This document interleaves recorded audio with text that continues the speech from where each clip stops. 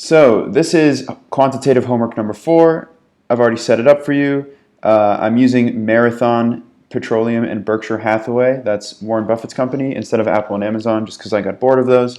But no matter what two companies you use, it should work the same. In this homework, we're going to be doing all kinds of different hypothesis tests. And without further ado, because it's going to be a long one, let's jump right in.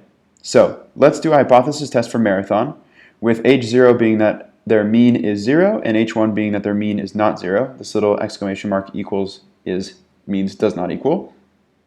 So as you may remember, the first thing that we need to do in a hypothesis test is come up with our critical value. And since it's a two-sided hypothesis test for the mean, we can use t dot inverse dot two-tailed, right? It's inverse because we're going to feed it alpha, and the degrees of freedom is n minus 1. And this gives us our critical value. Now remember that since t is a symmetrical distribution, I couldn't remember that word, symmetrical distribution, this is going to be negative 1.96 on the left and 1.96 on the right. So now we need to come up with our test statistic value to see if it falls within that range. And if it falls outside of that range, then we will reject. If it's within the range, we will not reject. So we have our formula for our test statistic right over here. It is our mean minus our C, which is 0, so it's minus 0, but just for practice I'm putting it in, divided by our standard deviation over the square root of our sample size. Okay, and we can see that our test stat falls within our range of our critical values, so we would say we're not going to reject based on that, but we can check our p-value as well. If our p-value ends up being bigger than our alpha, we also will not reject. And the way we can check our p-value is, instead of using the inverse function, we're going to use t.distribution.two-tailed, and we're going to feed it a number, namely our test stat, with degrees of freedom, and it's going to spit out a percentile. So we can see our p-value is much larger than our alpha, so it's another proof that we would not reject. And lastly, let's check our confidence interval. If 0 falls within our confidence interval, then we also will not reject. And we have our formula over here for our two-tailed confidence interval. So on the left side, the lower side, we're going to take the mean of Marathon, subtract our critical value, and multiply all of that by our standard deviation divided by the square root of our sample size. We get 0, so that's fine. 0 fits in there so far. And now our high, we're going to take again our mean minus our critical value, and multiply that by our standard deviation divided by the square root of our sample size once more. Oh, sorry, whoops, this is plus. Okay, let me go through that again just so I don't confuse you. We're taking our mean, and this time we're adding plus our critical value to get the upper end. All that's going to be multiplied by our standard deviation divided by square root of n. And we get that 0 does fit within this because this is 0, 0 equals 0, so it's within our confidence interval. So that's the third way to tell we would not reject. And you could do the same thing over here for Berkshire Hathaway, and you would see again you wouldn't reject based on those similar items. So now let's do a one-sample t-test for the mean using a left-sided test. So now we're saying that our mean is greater than or equal to 0, and our new hypothesis is now our mean is less than 0, which is why we're going for a left-sided test. So our critical value here, we would use t dot inverse, and that's going to only give us the left side, and this time our alpha is going to be the full 0.05. Excel is not going to divide it for us because it's only a left-sided test, and we'll feed it our degrees of freedom, still n minus 1, and so we get a negative t-value, which makes sense because we're looking at the left side. So if we get a smaller number than negative 1.64, we will reject. So let's check our test statistic now and see what it gives us. So again, it's the same. We're always going to be having the same test statistic that we found here, but I'll recalculate it. So it's going to be, again, our mean minus C, which is 0, so I'm just going to leave that, divided by our standard deviation over the square root of our sample size. And we get a positive number. So we can see right away that we're probably not going to reject. I mean, we're not going to reject. But let's check our p-value and see if we can verify that. If we get a p-value larger than 0.05, then we won't reject. So let's check that. Let's this time do t.distance. And we are doing a left side. We'll plug in our test statistic value. We'll plug in our degrees of freedom. And we're going to put in true. It is a cumulative distribution function. If you don't get that, it's totally okay. It's just an Excel thing. And you can see that our p-value is much bigger than our alpha, so that confirms our finding that we would not reject, saying that we do not think that the mean is less than 0. And the last thing we can do is do a confidence interval. And let me just write that in.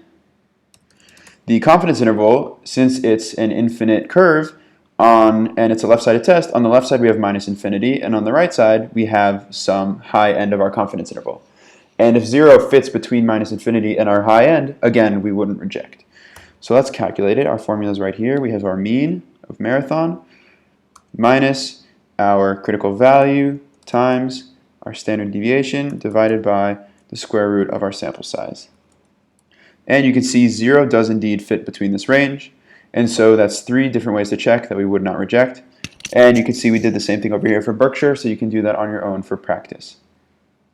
Okay, now let's do the opposite, a one-sample t-test for the mean, but a right-sided test.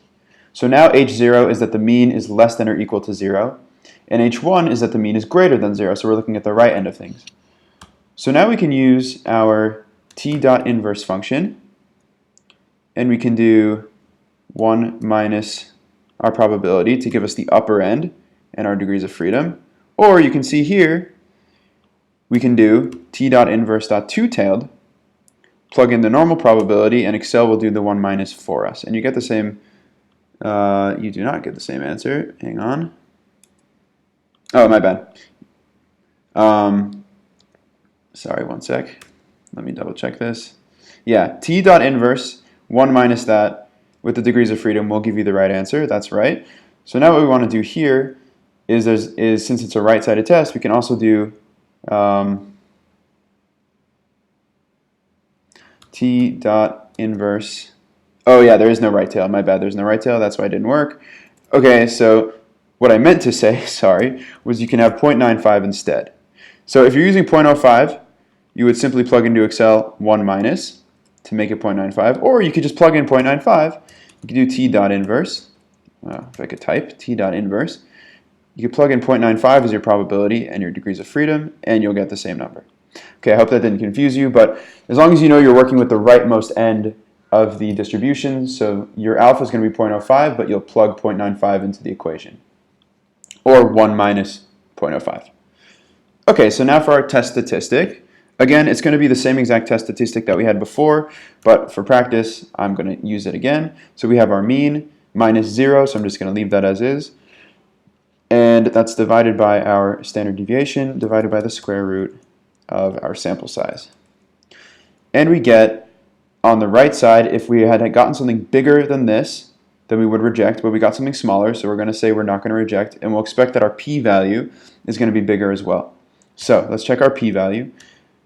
That's going to be t.dist, and we can use right tail this time because we're looking at the right side of things. We're going to take our test statistic value and our degrees of freedom, and we can see that we got a p-value that is larger than our alpha, so that confirms our decision not to reject. Lastly, but not least, let's build our confidence interval. This time, since it's right-sided, the right side of things is going to be going to infinity, and again, if 0 falls somewhere between our low end and infinity, then we will not reject. So let's calculate it. We have our formula right here. So we have our mean of marathon minus our critical value times our standard deviation divided by the square root of our sample size. And we get a negative number. So we could see 0 definitely lies somewhere between this negative number and infinity. So do not reject, do not reject, do not reject. So that's all pretty straightforward. As long as you know how to plug into the formulas and understand the inputs and outputs, you should be pretty good. Let's move on to ChiSquared. Now, ChiSquared, instead of working with the mean, is working with the variance. And in his homework, he asks us to check a variance of 1%. Now, this is important just because when you do an ANOVA test, like if you go to data analysis, and you do regression or ANOVA, anything like that, it'll give you all of these as if the variance and the mean and everything are being compared to 0. So as soon as you start comparing to other numbers, you need to understand how that works. It's a very small change. All you're changing is your C. So let's see exactly how that works. So the first thing we have to do, as always, is figure out our critical values. Since this is a two-sided test and they both have the same degrees of freedom and the same alpha, I'm just going to do what I did in the previous video, and both tests are going to share our left and right chi values because they're going to be the same either way. So first let's figure out our left chi value. So our left chi value is going to be chi squared dot inverse, right? It's going to give us the left side. We'll plug in our probability that we had to divide for Excel and our degrees of freedom, which is just n minus 1. And that'll give us our leftmost lowest end of our chi value, of our chi distribution. Now our chi right side is going to be chi squared, and we can do two things. We can either do inverse or we can do right-tailed. So I'll do inverse first, and this time we'll do 1 minus our alpha to tell it that we're looking at the rightmost end and our degrees of freedom. You can see we get a bigger number here. Or I'll show you another way to do it. You can also, oh, my bad. You can also do chi squared inverse dot right-tailed. Plug in that probability. Excel knows to do the 1 minus by itself, and you get the same number. So whatever floats your boat, whatever works easier for you. And I just want to show you what this is showing us here. This is a two-sided chi test. So where is my chi distribution? Here it is. So ignore these numbers. The chi distribution is not symmetrical, so it starts at 0 and goes to infinity. So what this is telling us is that the lower end of our chi distribution is like somewhere over here, and the high end is like somewhere over here. So we're looking to fall between these values. So in marathon now, if we get something lower than 1,160 or higher than 1,357, we would reject. So let's check our test statistic out. The formula for the test statistic is right here, very straightforward.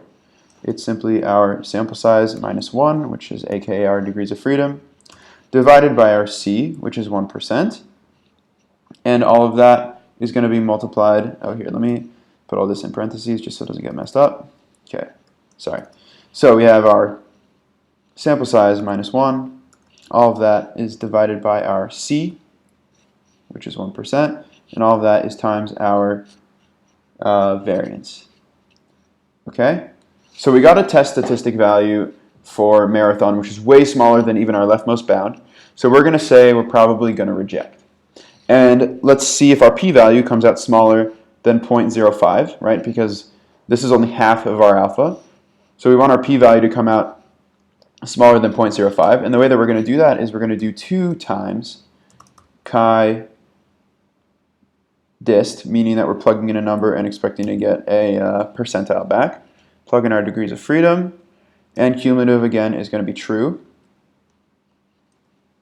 And you can see we get a tiny p-value. It's essentially 0, so we definitely would reject based on that as well. And now for our confidence interval, we have our formula here. So it's going to be the sample size minus 1, or just degrees of freedom, whatever you want to use, times your variance, all of that, divided by, and remember, when we're going for the lower end of our confidence interval, we're going to use the higher critical value so that we get a smaller number. And we get a very small number. And let us check our upper end. That's this side. It's going to be n minus 1, or just our degrees of freedom, times our variance divided by our smaller chi value to give us our upper end.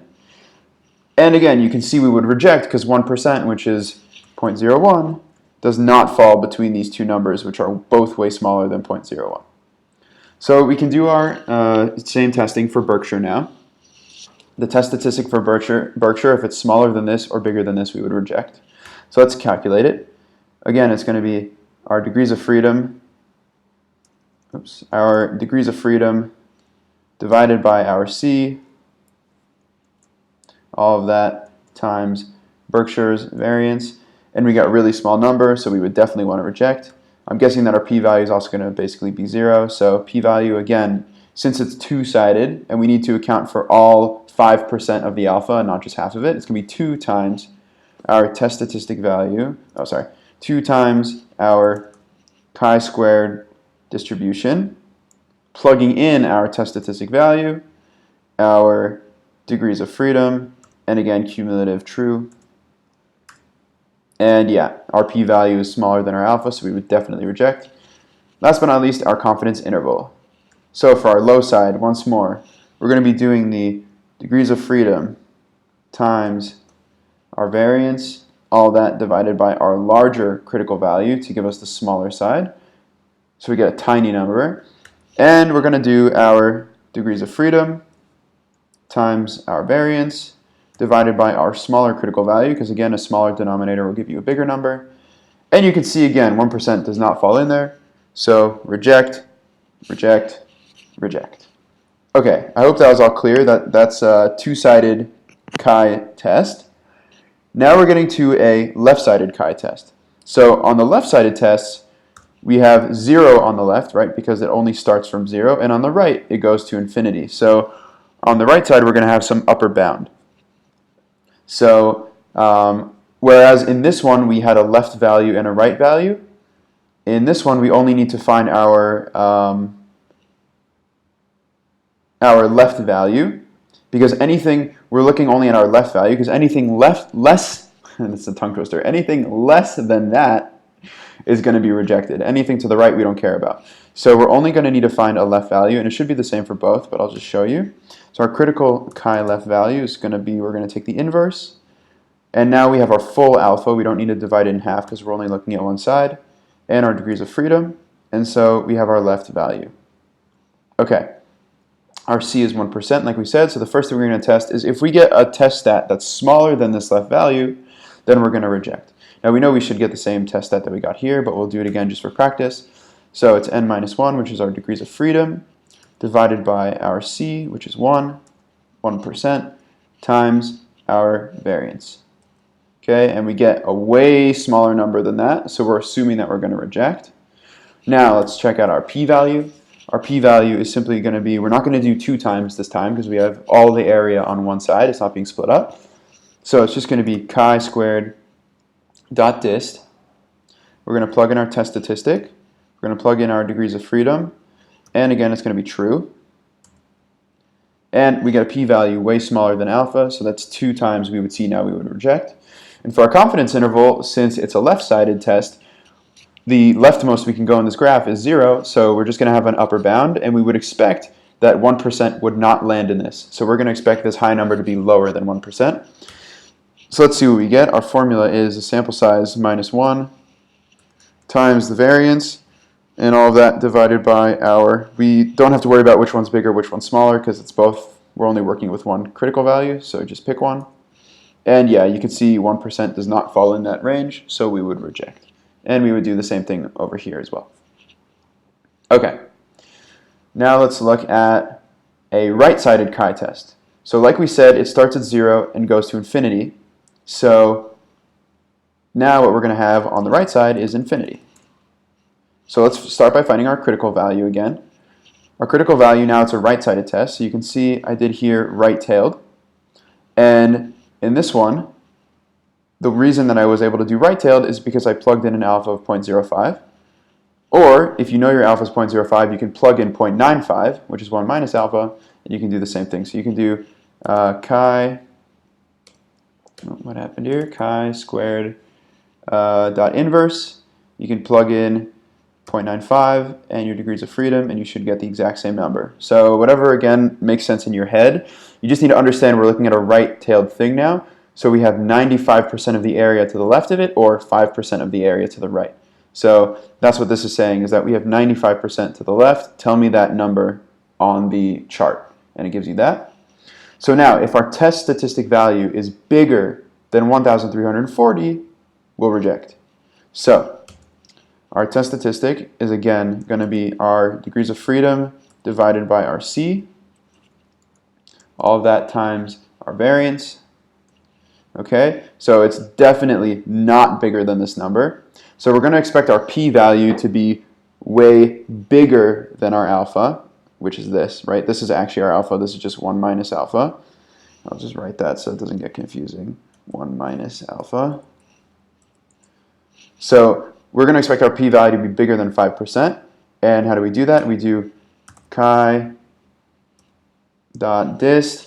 And there's 2 ways we can plug it in. if we do just .dist, here, let me see what I did here. Yeah, okay, so if we do chi.dist, you gotta do an equals, chi.dist,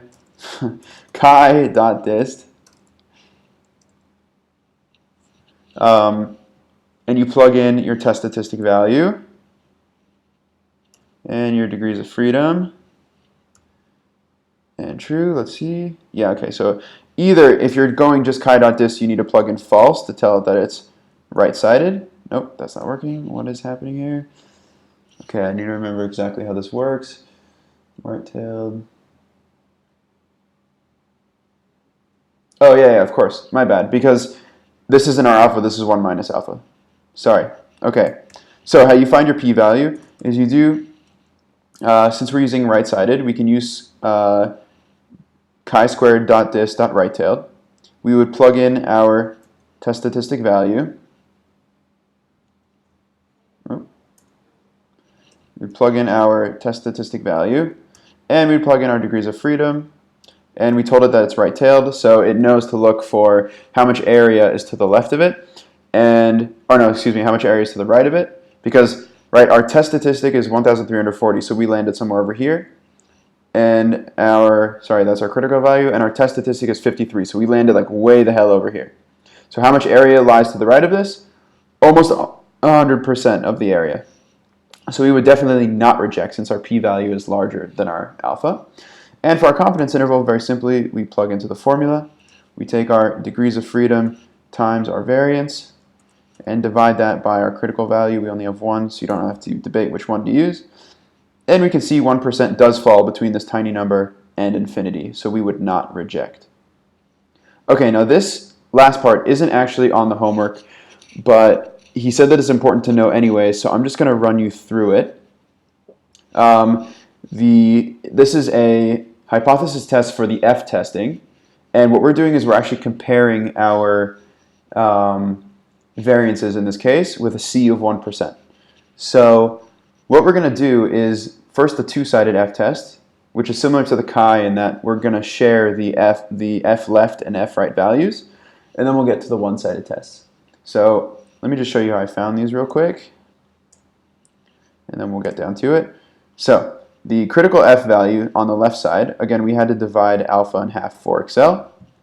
It's simply going to be F dot inverse, and we're going to feed it our probability, and again, degrees of freedom twice. We have to take both degrees of freedom, and we get our smaller F value. And on the right side, when we're using our confidence interval, we have our bigger one that I already solved. Now our test value. So since this is a two-sided hypothesis test, we have our two critical values. If we get an F that lands somewhere outside of this range, we're going to reject. So let's find our test statistic value, and we should have the same test statistic value for both because our test statistic is based off of both things together. So it's 1 divided by our C, all of that times the variance of the first one divided by the variance of the second one. And you see we get the same test statistic for both because we're comparing them, so they're really undergoing one test. So we can see that we most definitely would reject because that falls way outside the bounds. And our p-value should back that up. Now our p-value is a little bit different here. Instead of doing true like we did on the previous ones, we're now going to be using false because it's an F distribution. So we're going to plug in our F statistic value. We're going to plug in our degrees of freedom. I'm just using the same one because it's the same number twice. And this time we're going to use false for probability density function for F. And you can see our p-value is smaller than our alpha, so we would most definitely reject. Now remember also your alpha that you're comparing to is your original alpha of 0.05, not of 0.025. But this is smaller than both of those, so you definitely reject. Now let's take a look at our confidence interval. Our confidence interval is, the formula for it is over here. I had to move it over because there's not much space, but it's pretty straightforward.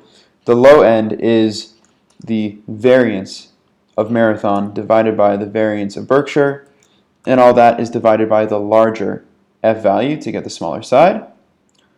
And on the other one, we have, again, the variance of Marathon divided by the variance of Berkshire. all that divided by our smaller critical F value to get the higher side of our confidence interval. And again, we can see 1% does not even get close to fitting in this. This is like 372%. This is 464%. So based on those results, we would reject. A p-value smaller than alpha, so we would reject. And our 1% does not fit into this confidence interval, so we would reject. So let's do the right-sided and left-sided test now.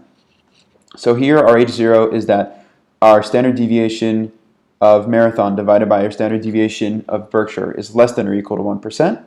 And here our new hypothesis is our standard deviation of Marathon divided by our standard deviation of Berkshire is greater than 1%. So let's see what we did here. We know now, since it's a right-sided test, the F distribution is built similar to the chi distribution, so it starts at 0 and goes to infinity. And it's a right-sided test, so the high end of our confidence interval is going to be infinity, the low end is going to be some bound. And since it's a one-sided test, they're both going to share the same critical value, which we found by doing F inverse probability and our degrees of freedom. Easy enough. So now let's come up with our test statistic value. Again, we know it's going to be the same that it was up here. It's going to be the same for all of our tests. So just to show you again, we just use this formula, 1 divided by C, which is 1%, times the variance of Marathon divided by the variance of Berkshire. And that's how we got our test value. Now we can see our test value, again, is way higher than the right-side test, right? If our upper bound for our right-sided test is like here, our test statistic value falls way over here. So we're definitely going to want to reject this. And we're going to want to see that our p-value is less than 0 as well. So what we're going to do is we're going to, again, create a p-value using our F.DIST, which means we plug in a number and we get back a percentile. We're going to plug in our test statistic, our degrees of freedom. And since it's an F-test, we're going to plug in false. And our p-value comes out less than our alpha, which is here. So we can see that we got much less, and so we would reject. Lastly, if our 1% does not fall within our confidence interval, we would reject as well. So let's take a look at how to build our confidence interval. So the low end is, again, the same exact formula. It's going to be the variance of Marathon. I put equals twice. The variance of Marathon divided by the variance of Berkshire, and all of that divided by, there's only one critical value, so it doesn't matter which one you pick. And we can see 1% does not fit in here, so we would reject as well. Just a quick reminder, I used 0.95 here. Where did I use that? I used 0.95 for the inverse, for the right-tailed, but you can also use 0.5 and then just tell it right-tailed. And it'll give you the exact same number. So whatever works for you. Last but not least, let's get to the two-sample test comparing variances, F-test for the left-sided. So now our H0 is that the variance of Marathon divided by the variance of Berkshire is greater than or equal to 1. And it's a left-sided test, so our H1 is that the variances are less than 1. Okay, so our critical value, here I'll do these from scratch just so you can see. So now our critical value, working with a left-sided test, right? So we're going to say anything less than some left-sided value, that's going to be our rejection point. So our critical value, as you can see here, this one I did F.inverse because all 5% are laying to the left side of it. So F.inverse, take our probability, take our degrees of freedom. Okay, so anything that's smaller than this number as our test statistic, that's what we're going to reject because it's going to be to the left of it. Our test statistic value, as always, it should be the same number that we've gotten before. It's 1 divided by C times the variance of Marathon divided by the variance of Berkshire. Yep, we get the same number we always get. And so we can see we were hoping for something less than our critical, whoop, my bad, this should say critical F, not critical T, that's my bad. We can see that we were hoping for something less to reject, but we got something way bigger, so we wouldn't want to reject. And now we'll expect that our p-value will be bigger than our alpha to confirm that. So our p-value is F.distribution. So that means we're going to plug in our test statistic and get back a percentile, plug in our degrees of freedom, and cumulative, again, false. Oh, my bad. If it's left-sided, you use true. Don't ask me why. It's not going to be on the test. Don't worry about that. But use true. And you can see that our p-value is much larger than our alpha. So again, we would not reject. We got the same thing over here. And now our confidence interval. We're going to expect that 1% will land within our confidence interval. And in order to see that, that'll confirm that we will not reject. So our lower end of our confidence interval is 0 because it's a left-sided test. And the higher end is, hang on, the higher end is once more the same exact formula. We're going to take the variance of Marathon divided by the variance of Berkshire divided by our critical F, and we get this number. So you can see 1% does definitely fit within this interval, so we would not reject. And that is all the different hypothesis tests that you can do. So I hope that that helps. The most important thing to remember is how to figure out which side of your distribution you're on and whether to use 0.05 or 0.95, and of course how to interpret your results. So just to remind you one more time, if your test statistic value does not fall within your bounds of your critical value, you reject. If your p-value is smaller than your alpha, then you reject. And if your c does not fall within your confidence interval, you reject.